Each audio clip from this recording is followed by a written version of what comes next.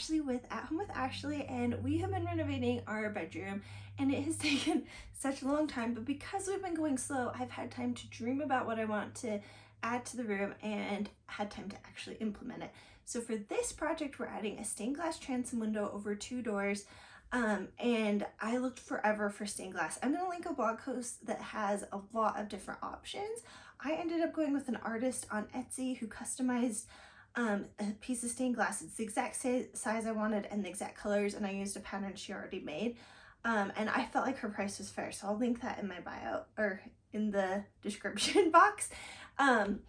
We have an old house. It's a 1905 house, and when we moved in, there was a transom window between our kitchen and our laundry room. It was actually covered in wood.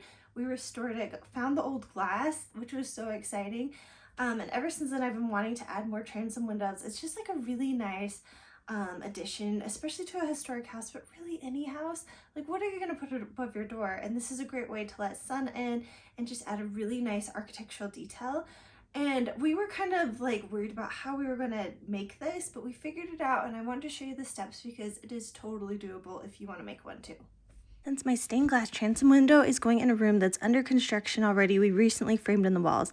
This is what is above the door and what it looked like when we began. If you're going to do this project in an existing space, begin by cutting out the drywall above the door. Once the walls are prepped, measure the stained glass. Since ours is made by an artist, it isn't perfectly rectangular, so we measured the widest parts. Mine is 28 wide by 10 inches tall. Next, cut wood with a miter saw to make a box around the stained glass. Cut 2 pieces for the size at the same height as the stained glass, so 10 inches for mine. Then cut 2 pieces of wood for the top and bottom. This should be the width of the stained glass plus the width of the wood used. Our measurement is 29.5 since the wood we use is 3/4 inches thick. We kept it simple by not mitering the corners, just a 90-degree cuts are needed. Because of that, this is a very easy build. Now cut the wood so it's the same width as the wall. For this, we used a table saw to trim the 4 pieces of wood to 4.5 inches wide. And next, let's put the box together. Start by pre-drilling holes for the screws. Then drill the screws into the wood. We use 3 screws on top and the bottom of each side for a total of 12 screws. This is one secure box. Just like that, you have a box to hold the stained glass. Here's a close-up of what the screws look like and a better look at the simple construction.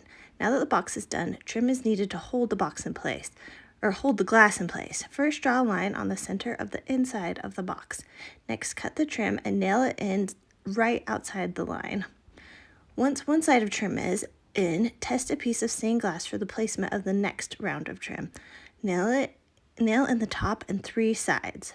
Because our stained glass came in 3 pieces, this is what the artist did who made it for us, we could slide it in that way and later glue in the last supporting piece of wood. Now that the box is complete, it's time to install it in the wall. This is the exciting part because it looks so pretty. To put the box in the wall, we took the glass out of our box and nailed the box in above the door and also used screws. My husband added framing to the top so that it fit in perfectly. Once the box is in, add glass in and glue in the last piece of trim. If needed, the box can be installed with the glass in it. It's just a little more risky that way, and I really didn't want my fancy expensive glass to break, so we were cautious. And here's what the stained glass transom windows looks like once they're installed.